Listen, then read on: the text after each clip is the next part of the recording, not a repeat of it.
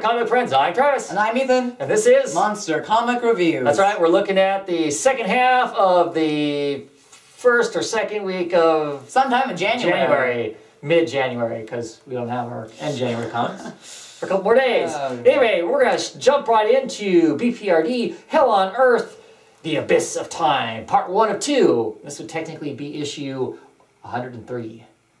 There's a lot of numbers and titles there. What'd you think?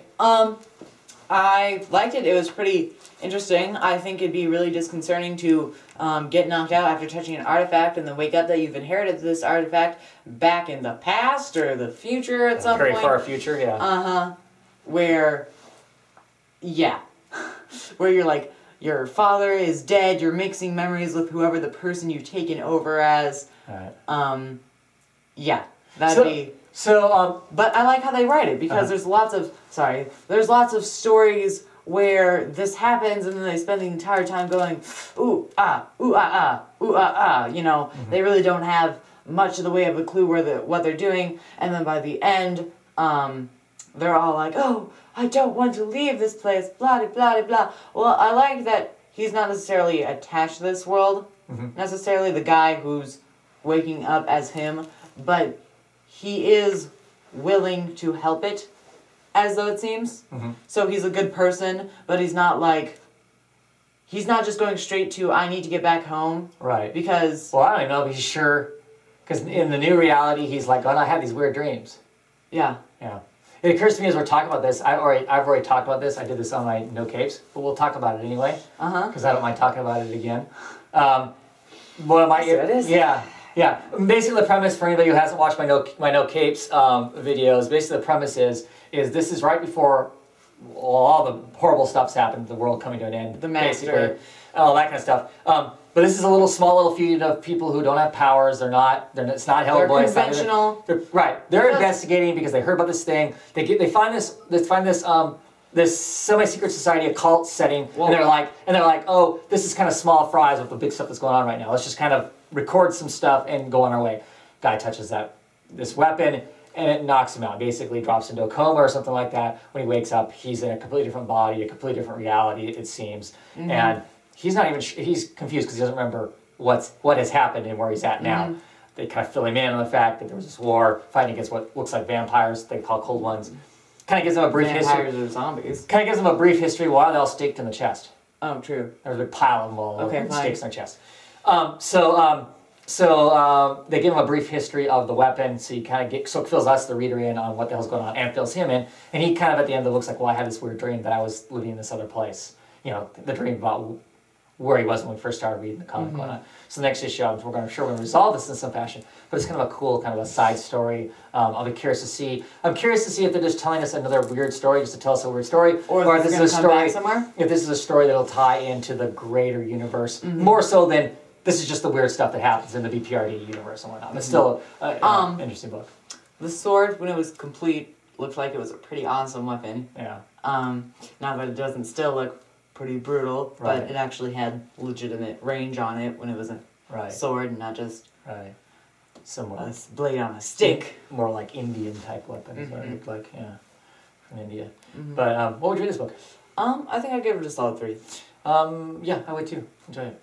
Okay, what's next? Next up is Earth 2. Earth 2, issue what, 8? 8, yep. We introduce a new character in this. We introduce underwhelming. So we introduce Fury. Steppenwolf and Fury. Well, Steppenwolf we'd seen at the very we get beginning. to see Steppenwolf actually be there and find out that he never actually left back to Apocalypse. Right, he's just been hiding the whole time.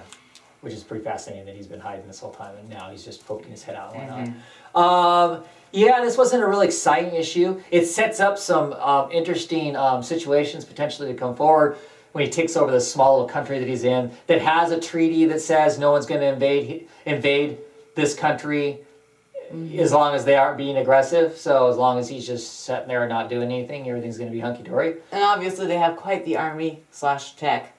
Well, yeah, they're using dark side. Apocalyptic tech and whatnot. And of course, you got Fury. Do you remember Fury? Do you remember Fury from the old comics? No. She was a blonde. She was in Earth 2. She was Wonder Woman's Wonder Woman's daughter. She was a blonde. She was going out with in Infinity Inc. She's also in Sandman that you're reading right now. She's the blonde that's the mother of the baby Daniel. Haven't made it that far. Yeah, you have. Yeah, you have. Remember the Sandman back in the back when those one people were like stealing that dream place, and it was a guy and a woman. Oh. And the guy dissolves the dust basically, and she has that baby. She was pregnant for forever. That's her. That's Fury. Oh, okay. That's Fury. That's the character. They used her in that because of course they got rid of Infinity Inc. and when the Infinite Crisis they pretty much hosed all those characters. Blotted them out in years. Obviously, she's not the same because this one's a brunette, but she's still an Amazon, and all that stuff, which is what Fury from the original Earth 2 that was in Infinity Inc. was half Amazon. She was Steve Trevor and Wonder Woman's child. Daughter. So there she is from that, but here she's this wicked brunette with a licorice whip, as you call it. Exactly. It does not look... I'm okay. I'm okay with an Amazon swinging a licorice whip. I thought it looked all fiery and junk or something, but like no, it just glows. Fury. It just glows. No, it just glows red. It glows red like Wonder Woman's. But it didn't even. Like Wonder Woman's lasso glows yellow. But Wonder Woman's lasso looks like it glows yellow. Fury's lasso, whip, whatever you want to call it, noose or whatever, doesn't. Okay. It just looks like licorice. Ethan didn't like this issue. No, I was very underwhelmed. Yeah, Stefan wasn't all that impressive. I was kind of annoyed. He seemed less like okay. So he proceeds to cut up all of the higher ups. Wonder Woman and Superman, right? Doesn't he kill both? Well, yes, he's killed Wonder Woman and Superman, and both of them, and when he kills Wonder Woman, he runs her through with a sword. And so he can't change weapons? No, I'm not saying that he would. And you're saying that. I'm not saying that he wouldn't be. I'm not saying that he wouldn't be fluid with all weapons. Okay. But I feel like he was more of a graceful fighter, less of a brute. I mean, he seems more like somebody who would stab you within the chinks of your armor instead of just beat you to death through the armor with a battle axe, right? And he also looked. I mean, he looked big. He looked like a big guy, but he also looked normally proportioned. Still, I mean, he looked tall, but like thick. But not... Well, maybe this is Sinar doing the art, because Sinar's doing the art. He's been filling in for art for the last couple of issues and not Scott, so maybe that's why it looks that way. I guess, but he's just huge in this. He's just big, and he has a battle axe, and he talks about himself in the third person. Somehow, I believe he's related to Darkseid, and you guys out there that might be watching this that know the Fourth World stuff better than I do, because I'm not well-versed in the Fourth World stuff. There's Fourth World stuff I really like, but I don't know the whole thing. He's a Fourth World character, I think. If he's some relation to... Darkseid. Well, then I guess Darkseid is like twice as big. I could get behind him being all. But on the other hand, he's a master tactician or whatever. He pretty much was to. Okay. He was supposed to be able to outmaneuver Batman mentally. Well, he didn't obviously because Batman won. Well, yeah, but he's Batman. Batman always wins. Well, so I said supposed to, not did. But I just feel like he would have had a, not necessarily less violent, but less brutish way of dealing with all these people than, we're totally backstabbing you after you've given us all of your technology. Well, less of him, more, me, close it, teeth. Yeah. And then proceed to beat everyone to death with his battle axe. Now they wouldn't kill him, and they were going to kill him. Could even understand, I know, so? But I can even understand him cutting off the head and going, ha, all your armies are mine now.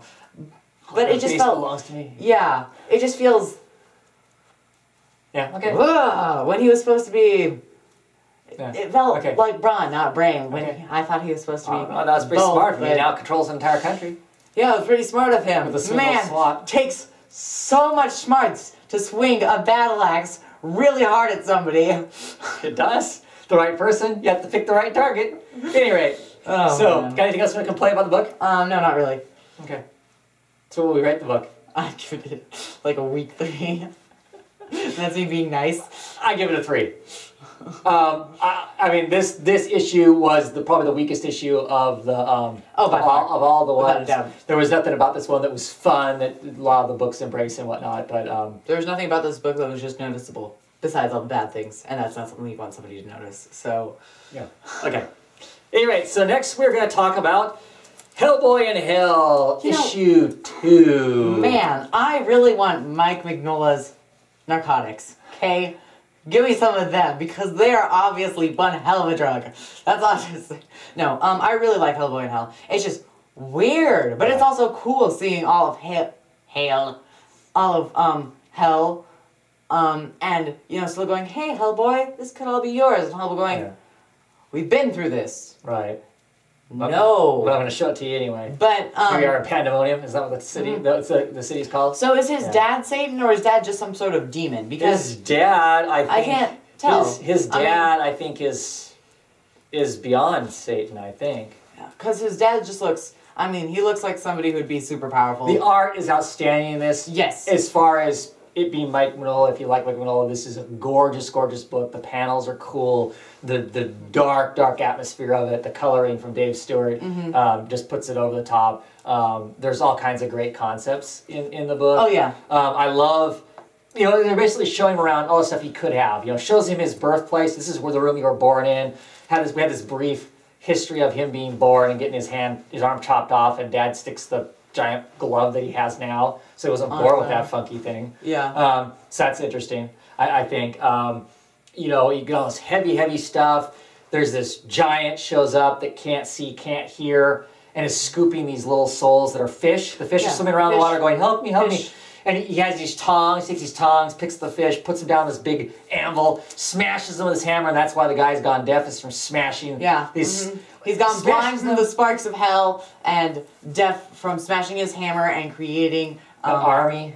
He pounds the souls, pounds the fish into basically cookie cutter shaped people that look like gingerbread cookies. He throws them in this giant pile. There's a giant pile of them, and this is Hellboy's army. Hellboy's army. All he has to do is take it. All he has to do is take it.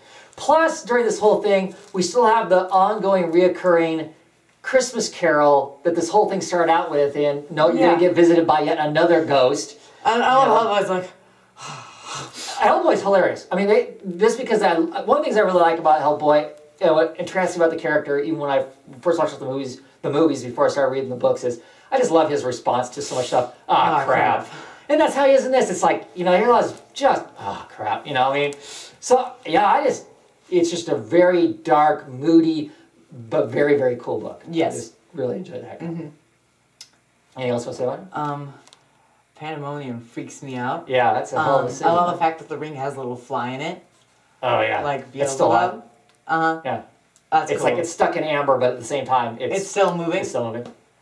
Yeah. Ew. Yeah. I don't think his dad is Satan though. Now looking back on it, because it's like, you know what? If you just take your throne, kill Satan real quick, because he's just asleep down there, pretty weak. Right. Oh yeah, right through this door. Right through this door, you can just take him out. Yep. And it'll be all for you. All for you. Yeah. Heavy. Heavy. Very, very cool. I would give this book. I'm gonna give it a 5. I have trouble rating it just because it's so weird, but I think I'm gonna give it a 5 too. Yeah, really enjoyed it. Okay, what's next? Next up is Shadow Man, issue 3. Our one valiant comic. And on the cover, it's got a monkey in a top hat. It's got a monkey in a top hat. Yep. I actually enjoyed this comic. We get some action going on in it. We're setting things up a little bit more. I'm hoping now he embraces the Loa, so he embraces the spirit of the Shadow Man, so now he gets that, I hope. So that hopefully now he can move forward to, honest to God, less of him being, I don't know what to do, and more of him being a superhero? Well, yeah, more of him kicking ass. I don't know if he's ever going to be a traditional superhero in a sense, well, yes, but fighting against the evil forces, yada, yada. Man, Pryor's Shadow Man looks like awesome. Yeah. And there's just this like wrapped up cloak and his, Yeah, there's some cool stuff. Like I said, I'm more happy about it the fact that before. Still love the art. The art is really strong in the book.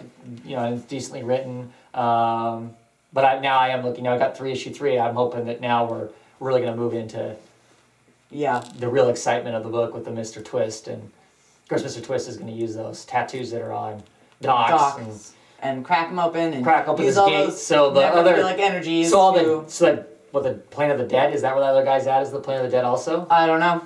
But anyway, spill on through. Open it up so he can come through. Yeah. Anything you want to say about the book? Not really. Yeah. Cool. Ooh, a monkey at the top. Thank God! Oh man, I was gonna stab myself in both my eyes if the monkey just constantly talked all, icky, blah, blah, blah. Die! No mascot! But he didn't. I was so glad. He's like, do you really have to talk like that?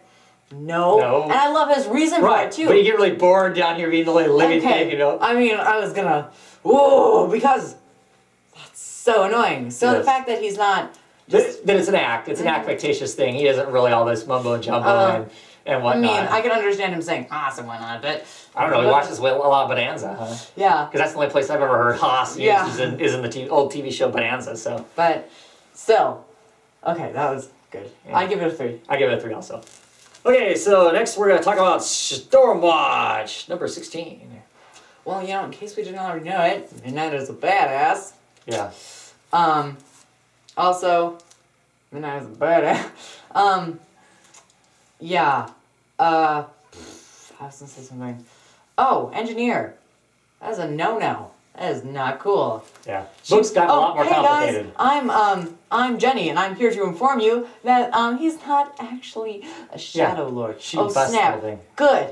Good, Jenny. And then engineer's like, tentacle face, and I'm just like, darn it, why? Because Midnighter and Jenny obviously, especially when they interact with each other, are my favorite characters, and they are definitely the most interesting of them. See, I think would make the best team. Forget Stormwatch. Let's just get a team of Midnighter, Jenny, and Apollo. They use Apollo as the meathead just to kind of attract attention to everything, so everything goes after him, right? Because he's basically the equivalent of Superman. While Midnighter and Jenny basically hose everything else. Everything? Yeah. Then they could. Be like, oh, Justice League, joke. Oh, you kidding me? Dark Justice League, Quantum, joke. Jenny Quantum synthesizes some freaking kryptonite. Right. End of story. Yeah. End of story. So, but yeah, very complicated. The whole story is just really, it's coming to a head. They found out that this Shadow Lord isn't really a Shadow Lord. It's actually... It's Harry Tanner. It's Harry Tanner. It's a swordsman. Egotastomaniac thinks he needs to get rid of Midnighter. You know, Apollo almost kills a Midnighter. That one part I didn't really care for, though. Oh my gosh, I'm so sorry. You know, kind of crap. Whatever. I love the fact that Midnighter goes, shut up, don't say you're sorry. Exactly. You're right. You know, do what you need to do, whatever. You know, that's kind of cool and not. I like how Apollo's like, Midnighter. But like, okay, engineer suddenly becoming a turncoat. Didn't really see that coming, though. Okay, so finally, of course, out of all the times for bad repercussions to come from her swallowing the freaking evolutionary box. Right, from the Neanderthals. Yeah. Now, so she's evolving, but not evolving in... She evolves not for the good team, no. For what she assumes to be the winning team, which I'm going to assume isn't going to be the winning team because they're not the good team. Well, but it's not even for the Neanderthals, per se. No, it's not for the Neanderthals. She's evolved for the winning team. She thinks that Harry's Tanner's got... How much of that is her... leftover boyfriend, girlfriend I was gonna say, crap? I think she's going for Harry compared to anything else with all of her evolving, not only because of her de-evolutionary box, but because of her still strong feelings for Harry. So we've got Jenny squashed. Did they show what Hawkmoor was doing? No, I have no idea what happened to Jack. So Jack kind of was there to go, what the hell? Jack's going, what the hell? But he's actually in connection with the ship because the ship is its own city. So that may give him an advantage to deal with all these people because he can talk to the city. You got Jenny who's been snuffed out. Jenny who's been snuffed. I mean, she's not dead. She's not dead, but she doesn't look so good. And you got Apollo and Midnight chucked out. Chucked into hyperspace. Hyperspace. While Midnighter, the person, is the only one who's conscious. Right. And they're going to be ripped apart here in just a few moments. If Apollo can't pull himself together. And of course, Apollo's pretty much hosed all of his energy, so he's... to beat up Midnighter. Yeah. So, Midnighter's a badass, so I can get behind that, but still. It's crazy. I don't know if this is all going to go some giant header in this story, and then the new writer jumps on, because there's going to be a new writer coming up. Jim Starlin's going to be writing it pretty soon. Guy used to write Dreadstar, but among other things. We'll be kind of bummed to see Peter Milligan go. I'm liking this storyline and whatnot. The art's, solid and everything. So, what would we rate this book? Anything else you want to say about it? Not really. Okay. I think I'd give it a solid 4. Yeah, I would too. It's really gotten exciting. Yeah. Cool. Okay, what's the last book we're going to talk about? Last up we have Swamp Thing, issue 16. Oh, this is an awesome book. Art is really cool. I love Batgirl. The fact that Batgirl got the Man-Bat serum, so she's the Man-Bat. Batman didn't win. Batman didn't win. He actually he still regenerates, doesn't he? Because Batman, she shoots Batman. She shoots Batman. She blows Batman to smithereens. Head off last issue. And then of course He regenerates. He regenerates. So you know what? I think Batman's still winning. Not necessarily in the same way. And you know what? Everybody else, when they get infected by the rods, I have been infected by the I'm evil now. Yeah. Right? With Batman, Batman's obviously taking his sweet time about turning over, considering the fact that like when he's making the video for Swamp Thing and establishing Ark Asylum, you know, you can see that he's which is all cool. You can tell that Scott Snyder is the one that writes the Batman stuff, because he incorporated all the Batman stuff in this issue very well. The fact that they're hiding in Arkham. They've got this laser protection device to kind of smoke most of the stuff. The people guarding the place are either people that are connected to the elements or are already or have somehow cheated death permanently, like in the case of Mr. Freeze. Like Mr. Freeze, who I think would be lethal against both. And they've been told that if they don't protect Arkham, if the population of Arkham gets under 200, then there's little micro explosives that'll blow their heads off or whatever. So they're out there defending. Of course, there aren't because Batman's Batman, but yeah. That doesn't mean they need to know. Yeah, but so it's all cool. Gigantica, Undead Gigantica, that's pretty awesome, attacking the place. And of course, Batman did have a plan. Yep. So because Batman has a plan for everything. So we got this Uber, you know, the whole going clear back to issue 1 with the regenerative plant thing, that it can be weaponized. Yeah. Oh well, we find out which his little plant thing. All the plants were like, oh, we need this. Give it to us, right? And it was just kind of like, it was more like marijuana, but his new thing is like, steroids. Yeah. Plant steroids. So Uber stuff that he's pumping himself up with, that was cool. The fact that he gets out there on the battlefield. Bane's method system to inject himself. Yeah, he shows up on the battlefield basically at the gates. Superman's flying around, undead Superman. Holy crap, unmanned Superman. So, and he's like, okay, wait. Gets on the Bane harness, pumps himself up, gets his wings back, his horns. He's all huge and pumped up now on roids himself. He's like, wait for it. Okay, and then stepping over the thing is a giant tank, battle tank of literally a tank robot of this super jump. I love all the Gothamites, all the people from Gotham. They're all wearing Robins. They're all wearing Robins. Awesome. They're all wearing Robins on their shirts, and they're all packing squirt guns full of the steroided plant stuff. So next issue is going to be damn exciting. Oh yeah. The next issue I figure is the big huge fight. We figure, and then 18 I think is where it all gets squared away. How that's going to happen yet? I still have no idea. Of course, the end of this was a complete shock to me. I mean, did you think that was going to happen? Nope. I thought they'd capture Abigail, beat her up, slap her down, knock her down, whatever. Swamp Thing would get there in time. Instead, no. We get to see Abigail with Abigail is very dead. I don't know what Swamp Thing's her head's pulled off. Her head's pulled off. We go back in time, going back more, right? And she's like, hey, I'll take it. I'll take the mantle, right? Okay, we can all be friends. Not really, but we can not have the big war and take over the planet. Yeah. No. I'm saying, you're welcome. You're welcome. You're welcome, audience. Punk. But, and as Arcane proceeds to rip her head off. Right. With her spine there and go, hey guys, look at this. Here's the queen. Oh, no. Yeah, that was a shock. Yeah. Gorgeously drawn. Yeah, Pekka did an awesome job on it and whatnot. So, what we rate though? I give it a 4. I give it a 4 also. Good stuff. Yep. It's actually a pretty good week of reading comics, really. Yeah. Anyway, I think that's all we got. So, we'll see you in a week. Bye.